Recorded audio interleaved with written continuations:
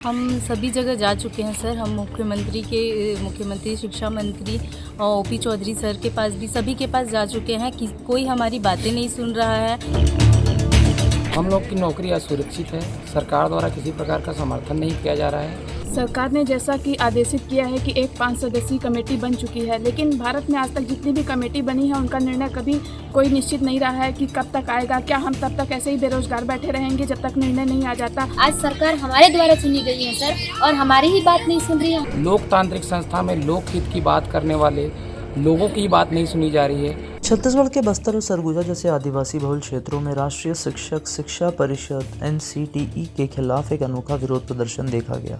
सैकड़ों BEd degree धारक सहायक शिक्षकों ने NCTE के खिलाफ एक प्रतीकात्मक अंतिम संस्कार किया। इन शिक्षकों का आरोप है कि NCTE के नियमों के कारण उन्हें बेरोजगार होना पड़ा है। छत्तीसगढ़ के लगभग 3000 बीएड योग्य सहायक शिक्षकों को नौकरी से निकाल दिया गया है। दरअसल अदालत के आदेश के बाद प्राथमिक शिक्षा पदों के लिए डीएड योग्यता अनिवार्य कर दी गई है। इस आदेश के बाद बीएड डिग्री धारक शिक्षकों को नौकरी से निकाल दिया गया। इन शिक्षकों ने 14 दिसंबर 2024 से नया रायपुर के अटल नगर में धरना शुरू किया। धीरे धीरे यह धरना अनशन में बदल गया। कई शिक्षकों की तबीयत बिगड़ने लगी। इस आंदोलन के दौरान दर्जनों शिक्षकों को गिरफ्तार भी किया गया। इन शिक्षकों का कहना है कि उनकी नौकरी छूटने से स्कूलों में शिक्षकों की कमी और बढ़ गई है, साथ ही उनके परिवारों की आर्थिक स्थिति भी खराब हो गई है। इन शिक्षकों ने मांग की है कि सरकार उनके बर्खास्तगी के फैसले को वापस ले। राज्य प्रशासन ने इस मामले की जांच के लिए एक समिति का गठन किया है। हालांकि अब तक समिति की ओर से कोई भी चर्चा नहीं हुई है। शिक्षक लगातार अपने आंदोलन को जारी रखे हुए हैं। शिक्षकों ने कहा, हमने NCTE के खिलाफ एक प्रतीकात्मक अंतिम संस्कार किया है। हम मानते हैं कि NCTE के गलत नियमों के कारण ही हमारी यह स्थिति हुई है। यह जुलूस नया रायपुर अटल नगर से तूता गांव में स्थित धरना स्थल से शुरू हुआ और गांव के शमशान घाट पर जाकर समाप्त हुआ।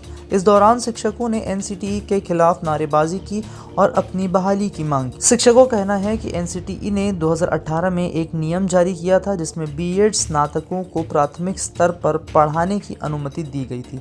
इसी नियम के आधार पर देश भर में बड़ी संख्या में शिक्षकों की भर्ती हुई थी, लेकिन अब इन शिक्षकों को 18 महीने की सेवा के बाद नौकरी से निकाल दिया गया है। शिक्षकों ने कहा कि 70% से अधिक भर्ती किए गए शिक्षक अनुसूचित जनजाति से थे। इनमें से अधिकांश शिक्षक बस्तर जैसे नक्सल प्रभावित क्षेत्रों में काम कर रहे थे।